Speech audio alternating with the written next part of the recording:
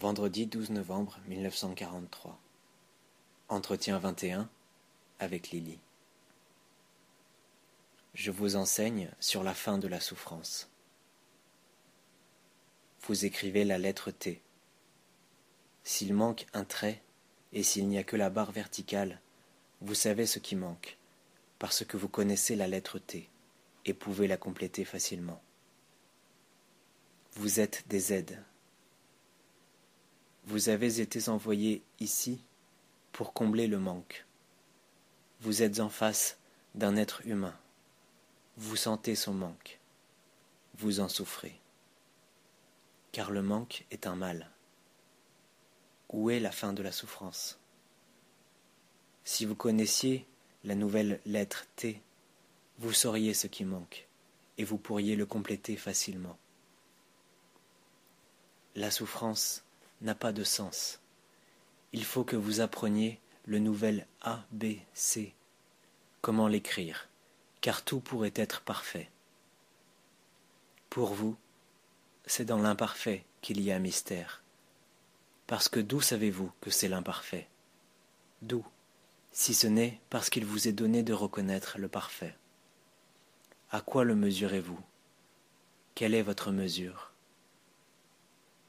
L'imparfait reflète le parfait. Votre souffrance ne dure qu'aussi longtemps que vous ne le reconnaissez pas en tout. De nouvelles lettres s'inscrivent. Donnez-leur votre attention. La souffrance est le guide de l'animal seul. Le commencement de la voie est la fin de la souffrance.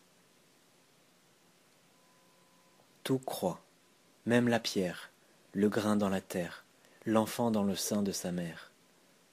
Et pourquoi croissent-ils? La montagne la plus haute, l'arbre le plus haut, ne s'élève pas jusqu'au ciel. L'aigle le plus fort ne peut y voler. Mais le plus petit des hommes peut l'atteindre, car le ciel est en vous-même. J'attends ta question. Lily, qu'est-ce que le repos? Préparation. Ce qui n'est pas préparation n'est que repos apparent. Autrement dit, mort. Le repos qui n'est pas préparation est mollesse. Le repos le plus merveilleux descend sur toi si tu crées. L'acte calme est le repos créateur. Voilà ce qui est juste. Seulement dans le monde des apparences, ils sont deux. En réalité, ils sont un. Lily. Où est le nirvana? Là où les deux sont un. Là où les parallèles se rejoignent. En apparence repos, en vérité acte. En apparence silence, en vérité tous les sons unis. En apparence éloigné, en vérité en toi-même. C'est moi qui demande. Quel est ton désir le plus ardent? Lily. Être toujours avec toi, et de ce fait, être uni à toi.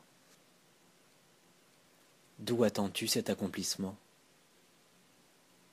Lily. Ce sera l'objet de mon travail. Objet. Ce n'est pas un objet. Cela ne peut pas être objet. L'objet est ce qui est le plus épais. Touchant la table, c'est cela un objet. Touchant la couverture, c'est cela un objet. Touchant la main, c'est cela un objet. Laisse les objets. Il est au-dessus de l'objet, ton plus ardent désir. Tu ne l'atteindras jamais si tu en fais l'objet de ton travail. Lily, qu'est-ce que la nervosité? La nervosité, armée sans chef.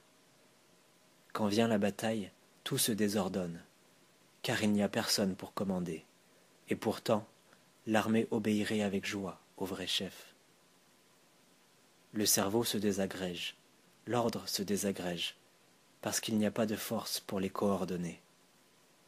Un ordre est donné, immédiatement après, un autre, son contraire, nervosité. Cela n'existe pas pour nous. Nous sommes son armée. Nous engageons la lutte contre l'obscurité. Nous écoutons l'ordre et nous obéissons. L'existence sans but, c'est cela la nervosité, rien d'autre. As-tu encore des questions? Lily, pour quelle raison ma mémoire est-elle mauvaise? Parce que ton passé est mauvais. Tu n'aimes pas t'en souvenir. Tu l'as dissimulé derrière des rideaux épais. Tu n'as pas oublié notre dernier vendredi. Si tu as créé, si tu as aidé, tu ne l'as pas oublié, n'est-ce pas mon serviteur? Ce n'est pas ta faculté de te souvenir qui est mauvaise, mais ton souvenir. Lily, l'amour n'est pas encore assez fort en moi. Quand le sens-tu? Lily, en face des hommes. Qui aimes-tu assez? Lily, personne encore. Qui aimes-tu le plus? Lily, lui. Et après? Lily, toi. Ta vue est encore voilée. Si tu l'aimes, tu aimes tout. Si tu n'aimes pas assez, c'est lui que tu n'aimes pas assez. Car tout est son œuvre. Aime-le dans la perfection. Admire-le dans l'imperfection, car tout est son miroir. Il ne te sera pas difficile de l'aimer. Par-dessus tout, je l'adore. C'est pour cela que je vous aime. Vous êtes bénie parmi les hommes.